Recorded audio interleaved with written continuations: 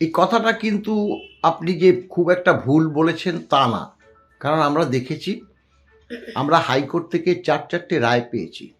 সেখানেও কিন্তু রায় রিজার্ভ ছিল। ১ মাস, সোয়া ১ মাসের মধ্যে প্রকাশ পেয়েছে এবং আমরা ৪টে রায়ই কিন্তু আমাদের পক্ষে গেছে। এখন সুপ্রিম কোর্টে যেহেতু মামলার শুনানি শেষ হয়ে গেছে, এখনো পর্যন্ত যে রায়টা প্রকাশ পাচ্ছে না। তবে হ্যাঁ, এই কথা তো ঠিকই, ডিএ মামলা খুব বড় মামলা। এটা সাধারণ ছোটোখাটো মামলা নয়। এমনকি সারা দেশে এই ডিএ মামলার একটা প্রভাব পড়বে।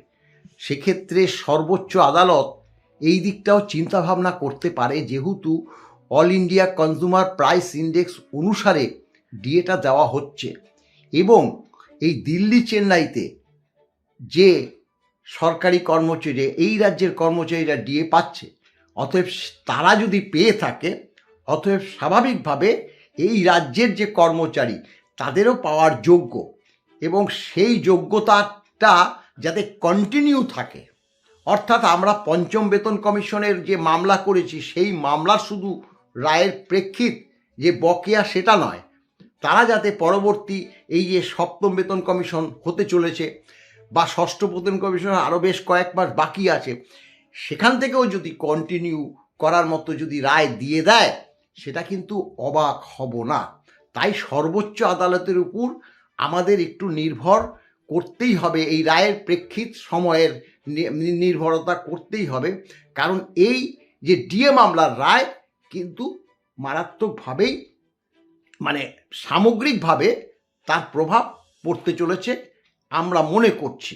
কারণ অন্যান্য রাজ্য সরকার, এই রাজ্যের যে আইনজীবীরাই কিন্তু ধরিয়ে দিয়েছে যে অমুক অমুক স্টেট কিন্তু এখনও এই all India consumer price index অনুসারে ডিএটা দিচ্ছে না, তাই আমরাও দিচ্ছি না। এইটা বলতে, এইটা যে স্মরণ করিয়ে দিয়েছে যে ওরা দিচ্ছে না তাই রাজ্য সরকার দিচ্ছে না। কিন্তু তাহলে কি হবে? তাহলে এটা তো আইনি পরিভাষায় তো ভুল। অন্যান্য অধিকাংশ রাজ্য সরকার এই all India consumer price index অনুসারে ডিএ পাচ্ছে, কেন্দ্রীয় সরকার পাচ্ছে, তাহলে কয়েকটা স্টেট গভর্নমেন্ট পাবে না কেন?